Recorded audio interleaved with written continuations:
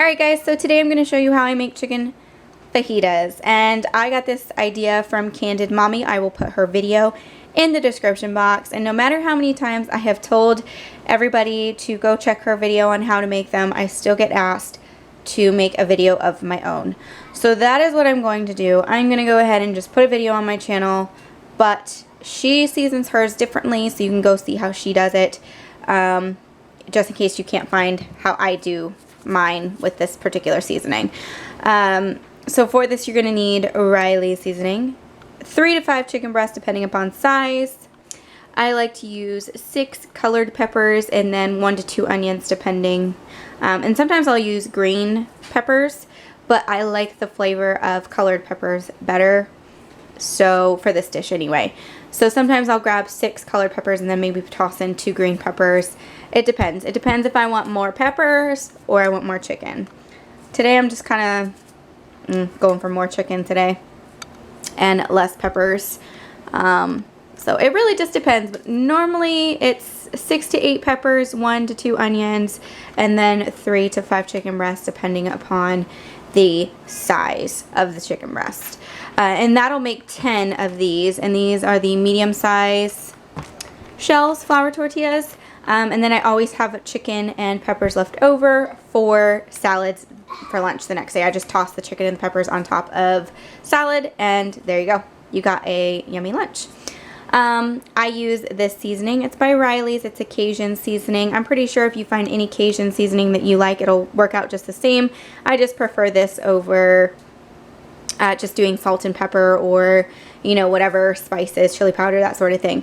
I prefer this over anything. So that's how I make my chicken fajitas. I just preheat the oven to 350. I don't bother cutting this up because I cut it up once it's cooked through. So I'll season this, and then I will chop up my peppers and my onions and put it on a pan as well. So what I do is I cut mine into pretty big long strips so that way they cook right along with the chicken, and nothing's getting mushy. But if you want to cut up your chicken, go for it. It's just one step. I don't like touching raw chicken and cutting it up.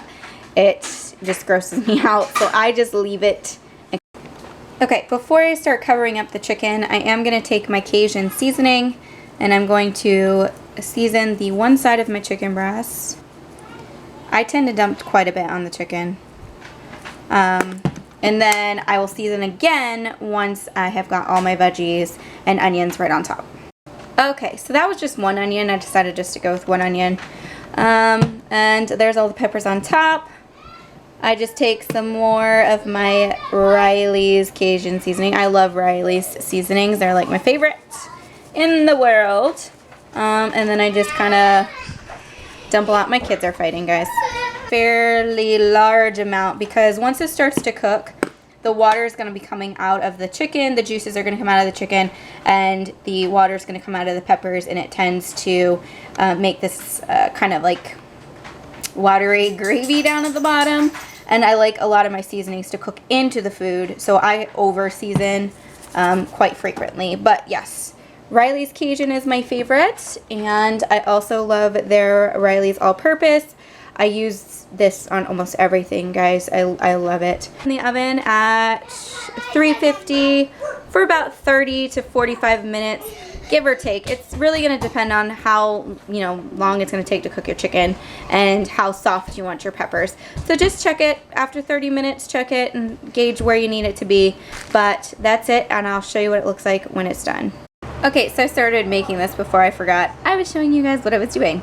So once it's done, I just shred up the chicken, and that's the juice that's kind of at the bottom.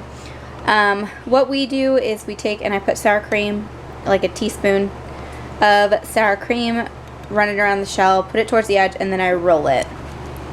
I don't know if I'm going to be able to show you exactly what I do, but kind of fold in, tuck everything in this direction, and kind of pull these together, and then fold. And there you go. That's all you do. And then of course you could top it with cheese and whatever else you want. But that's it. That's our chicken fajitas, guys. That's how we do them here in our house.